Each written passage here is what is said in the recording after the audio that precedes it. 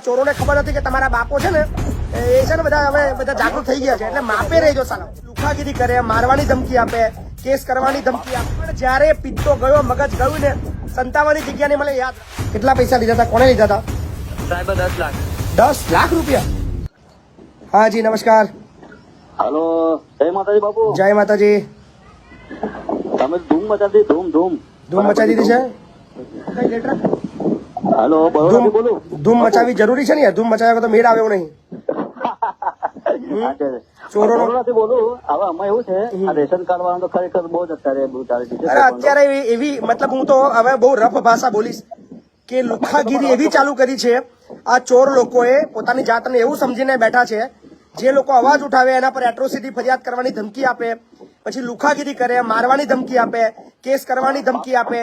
અને ઘણા જગ્યાએ તો જે અવાજ ઉઠાવે છે એમના રેશન કાર્ડ બંધ કરી દેવાના નાટકો કરે છે આ ચોર લોકો. પણ આ ચોરોને ખબર નથી કે તમારા બાપો છે ને એ છે ને બધા હવે બધા જાગૃત થઈ ગયા છે એટલે માપે રહેજો સાલા. એમાં એવું છે કે મેં છે ને બધા જાગૃત કરી દીધેલા છે. જી આપણી પાસે પેલી એપ્લિકેશન છે ગુજરાતની માય રેશન. જી જી જી.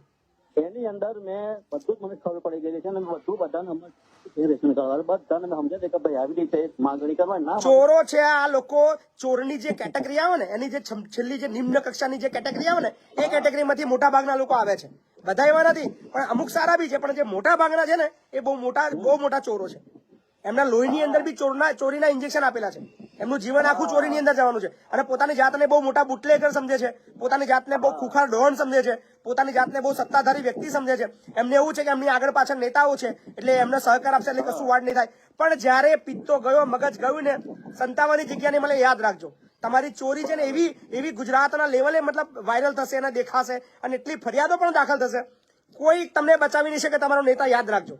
તમારે જેટલા નાટકો કરવા એટલા કરી લેજો, પણ નક્કી કરવાનું હવે વિચારી લીધું છે કે આ લોકો સામે એટલી ફરિયાદો કરવી છે, એટલી રીતે લડવું છે કે જીવનની અંદર એમની 7 પેઢી ક્યારે ચોરી કરવામાં મતલબ વિચાર કરવો પડે એવું કરવું છે આ લોકો સામે.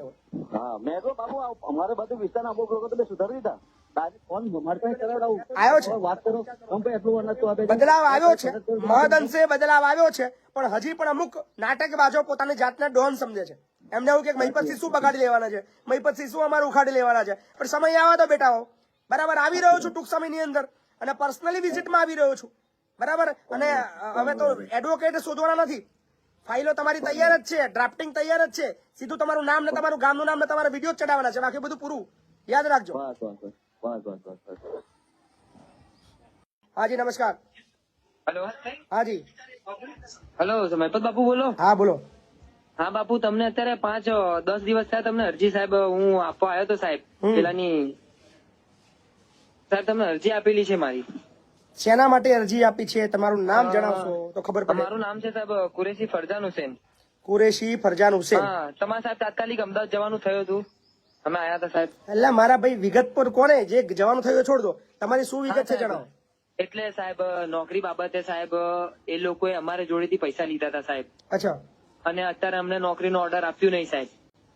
કેટલા પૈસા લીધા હતા? કોને લીધા હતા? સાહેબ 10 લાખ. 10 લાખ રૂપિયા? હા સાહેબ 10 લાખ લીધા હતા.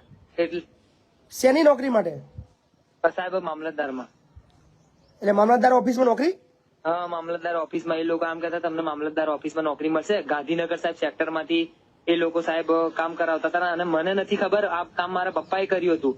અને પપ્પાને મને અત્યારે ખબર પડી કે પૈસા અમારા 10 લાખ સાહેબ ગલાઈ ગયા છે. એ લોકો અત્યારે પૈસા આપતા નથી અને અમે લોકો કેસ કર્યું શાહીબાગમાં. એ પોલીસે પણ કશું સાહેબ કિંકારતી નથી. અને સાહેબ 2-3 જગ્યાએ કેસ કર્યા. અમે લીંબાથી ચાનોર ગામથી સાહેબ હું બોલું છું.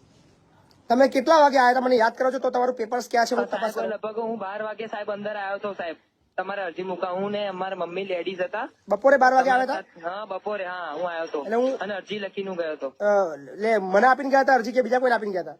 ના સાહેબ, તમે કહેતા હતા કે અરજી અત્યારે તમે લખીને આપી દો, મારા અમદાવાદ કામ છે. કોને આપીને ગયા હતા? મને આપીને ગયા હતા કે ઓફિસમાં આપીને ગયા હતા? હા, ઓફિસમાં આપીને. અચ્છા, ઓફિસમાં. એટલે હું ઓફિસમાં હું તપાસ કરાવડાવીશ બરાબર ને? હા સાહેબ. અને છતાં પણ એકવાર રૂબરૂ 10 થી 12 માં આવવાનું ટ્રાય કરજો. 10 થી 11 માં સવારમાં. હે ને? હા સારું, ચોક્કસ સાહેબ. આવા ફ્રોડ ના કેસ આવી રહ્યા છે. જુઓ, કોઈ નોકરીની લાલચની અંદર મહેરબાની કરીને પૈસા આપવાનું ના કરશો.